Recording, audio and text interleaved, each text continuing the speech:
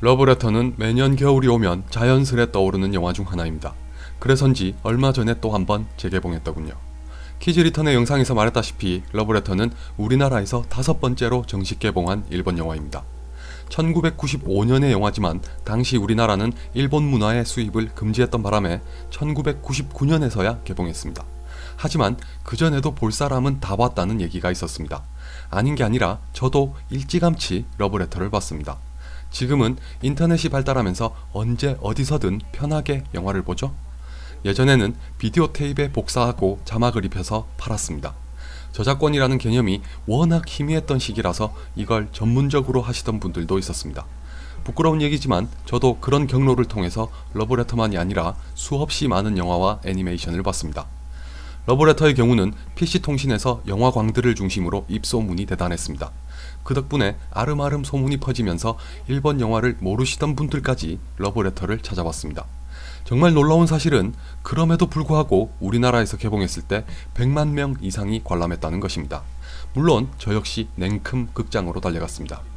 지금도 100만 명이 결코 적은 인원은 아니지만 당시에는 어마어마한 숫자였죠. 이 기록은 애니메이션을 제외한 일본 영화로는 최고의 흥행이며 아직까지도 깨지지 않고 있을 정도로 대단했습니다. 한동안 일본 영화의 수입을 두고 우려와 비판의 목소리가 컸었는데 공교롭게도 결정적인 계기를 제공했던 게 바로 러브레터였습니다. 이와이 슌지 감독도 러브레터를 통해 우리나라에서 굉장한 인기를 얻었습니다. 영화가 워낙 감성적이고 예뻤던 데다가 단발머리에 곱상한 외모로 여자분들 사이에서 특히 인기가 좋았던 걸로 기억합니다. 하지만 이와이 슌지 감독에게 있어 러브레터는 발목을 잡히는 영화로도 작용했습니다. 적어도 우리나라에서는 그랬습니다. 이와이 슌지 감독의 다른 영화들을 보면 많은 관객들이 러브레터를 보고 가지게 되는 기대에서 좀 벗어났습니다. 4월 이야기와 하나와 앨리스 같은 영화도 있지만 다수는 그런 소녀적 감성과 거리가 있는 편입니다. 저는 러브레터를 보자마자 이런 영화도 있구나 하는 감탄까지 할 정도로 푹 빠졌습니다. 일본 영화를 처음 본 건 아니었지만 그만한 감성과 울림을 전하는 영화는 제게 전무후무했습니다. 마치 신세계를 본 것 같았죠. 청승맞지만 한창 감수성이 여고생 뺨칠 정도로 예민했을 때는 레메디오스의 음악만 들어도 눈물이 쏟아졌습니다. 당연히 이런 영화의 감독이 누군지 궁금했고 이와이 슌지의 전작을 모두 구했습니다. 서울까지 올라와서 비디오 테이프는 말할 것도 없고 레메디오스가 작곡한 사운드 트랙까지 모조리 구입했습니다. 수입 음반이라서 비쌌지만 금액 따위는 조금도 개의치 않았습니다. 그런데 집에 돌아와서 이와이 슌지의 전작들을 보면서는 상당히 놀랐습니다. 심지어 릴리 슈슈의 모든 것을 자신의 유작으로 삼고 싶다고 한 걸 보면 러브레터와 이와이 슌지 사이에 어느 정도 간극이 있는 건 맞는 것 같습니다. 여러 영화들을 보면 같은 감성과 고민을 가지고 있더라도 밝고 예쁜 소녀보다는 어둡고 침울한 소년에 더 가깝다고 할까요? 어쩌면 그와 같은 자신의 내면을 상쇄하려는 바람이 소녀가 자주 주인공으로 등장하는 원인일 수도 있겠습니다. 예컨대 어두컴컴한 세상을 소녀가 구원해줄 수 있을 거라고 바라는 거죠. 사실 러브레터도 잘 들여다보시면 마냥 소녀적 감성만으로 가득한 영화는 아닙니다. 분명 나카야마 미오와 사카이 미키 그리고 카시와바라 다카시라는 예쁘고 잘생긴 배우들과 시노다 노보루가 촬영한 화면은 순정 만화를 연상케 합니다. 특히 일본에서 HD 카메라의 선구자로 인정받는 시노다 노보루는 특유의 자연광을 극적으로 살리면서 러브레터의 영상미를 쉬이 잊을 수 없는 단계로까지 끌어올렸습니다. 시노다 노보루가 촬영한 다른 영화인 세상의 중심에서 사랑을 외치다와 비교해보시면 공통점이 있다는 걸 어렵지 않게 아실 수 있습니다.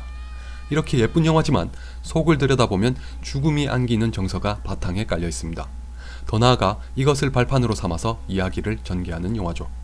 도입부부터가 죽은 연인을 떠올리면서 숨을 참고 있는 와타나베 히로코로 시작해 그의 장례식으로 이어집니다.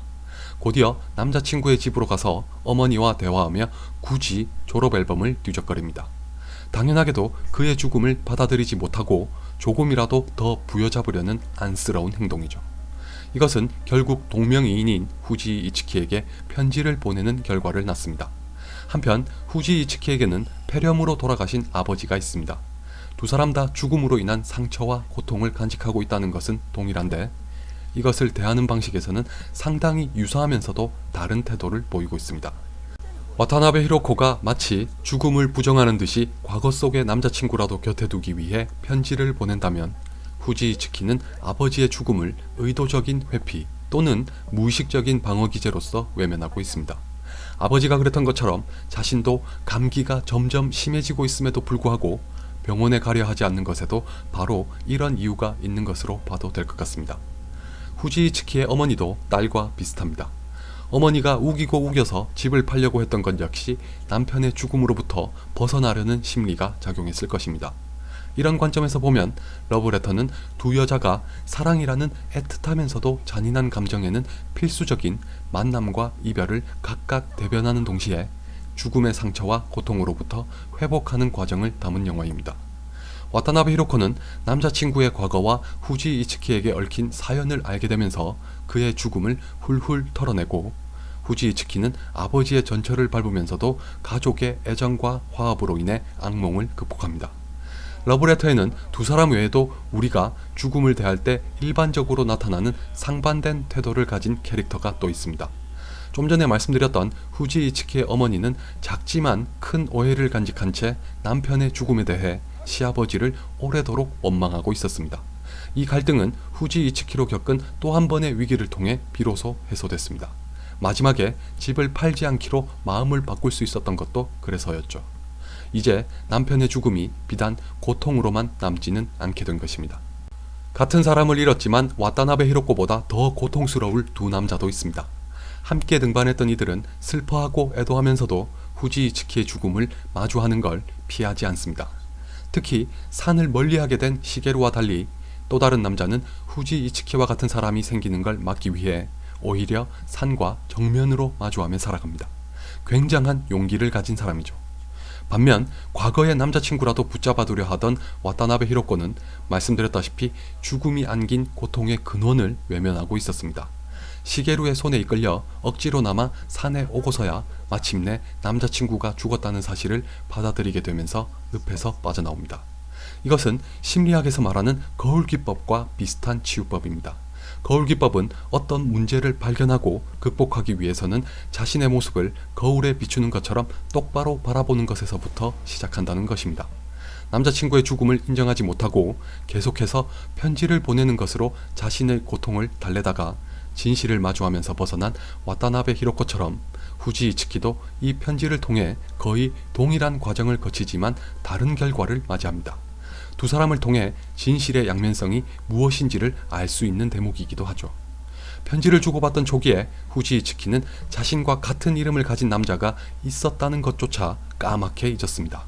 아울러 그냥 같은 반에 같은 이름을 가진 남자가 있었다는 정도로 시작하던 회상은 머지않아 결코 그렇게 평범한 관계는 아니었다는 기억을 불러일으키게 됩니다. 직접적으로 고백하진 않지만 두 사람 다 같은 이름을 가진 서로를 좋아하고 있었죠.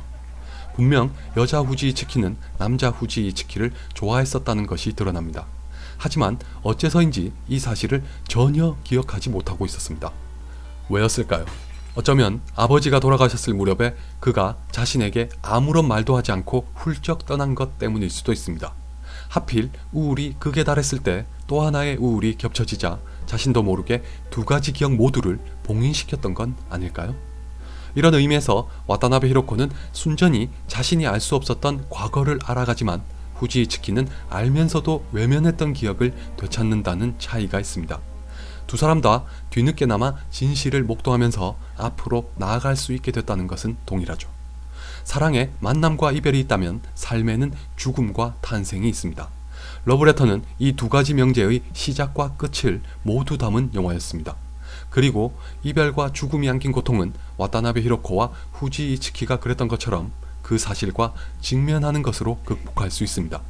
쉽게 말해서 우리가 시련으로부터 벗어나지 못하는 건 그걸 부정하려고만 하고 수용하려고는 하지 않기 때문입니다.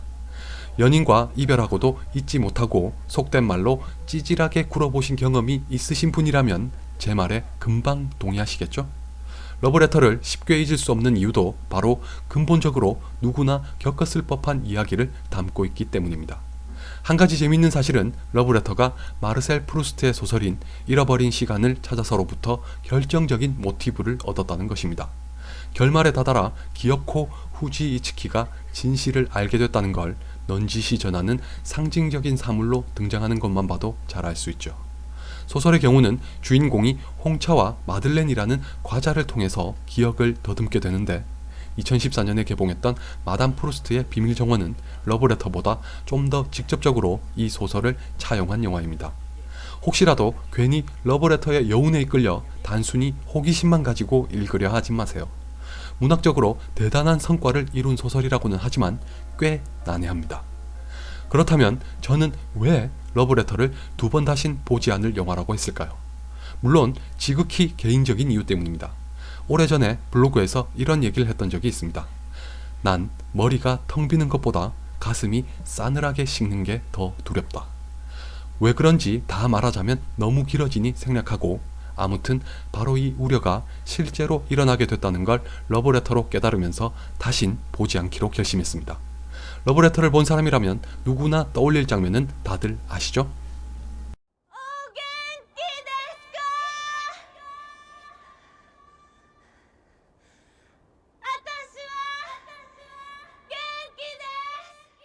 공중파에서 더빙으로 방영했을 때마저 이것만은 원어 그대로 내보냈을 정도로 커다란 의미와 호소력을 가진 장면이었습니다. 잘 지내고 있나요? 저는 잘 지내고 있습니다. 라는 말은 죽은 남자친구의 안부를 묻는 것 같지만 실은 작별을 고할 수 있는 용기를 얻게 됐다는 걸 전하는 마지막 인사였습니다.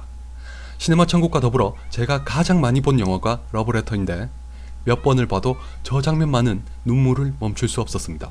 그런데 몇 년 전에 재개봉했을 때 극장에서 보는 동안 눈물을 흘리지 않고 있는 걸 알고는 깜짝 놀랐습니다. 웬 호들갑이냐고 하시겠지만 제가 그토록 우려했던 감성의 소멸이 다가왔다는 걸 체감했기 때문이었습니다. 예나 지금이나 제가 영화를 보면서 가장 난감할 때는 영화를 이해하지 못하는 것보다 영화를 보면서 눈물을 흘리지 않을 때입니다. 그런 순간마다 다시 봤던 러브레터만큼은 여전히 유효했고 고로 내 감성이 아직 바닥까지 마르진 않았다는 걸 확인하면서 안도했습니다. 이젠 이마저도 더는 통하지 않는다는 걸 알게 됐으니 제게 러브레터는 감성의 사형 선고를 내리는 영화가 되고 말았습니다. 굳이 이걸 또 확인하고 싶진 않아서 몇 년 전부터 러브레터를 보지 않고 있습니다. 감성을 다시 살리려면 역시 연애를 해야 하는 걸까요? 마지막으로 한 가지 궁금한 게 있습니다. 과연 와타나베 히로코를 사랑했던 남자 후지 이츠키의 감정은 순전히 거짓이었을까요? 죽는 순간까지 마츠다 세이코의 푸른 산호초를 불렀다는 것에서 부인하긴 어렵겠지만 정말 조금도 와타나베 히로코를 사랑하진 않았을까요? 비유하자면 제가 만약 수지를 닮은 여자를 사랑하게 된다면 그건 수지를 사랑한 걸까요? 그 여자를 사랑한 걸까요? 사랑에 빠지는 계기는 될지언정 그 자체가 목적과 목표가 될 수는 없을 것 같은데 여러분은 어떻게 생각하시나요?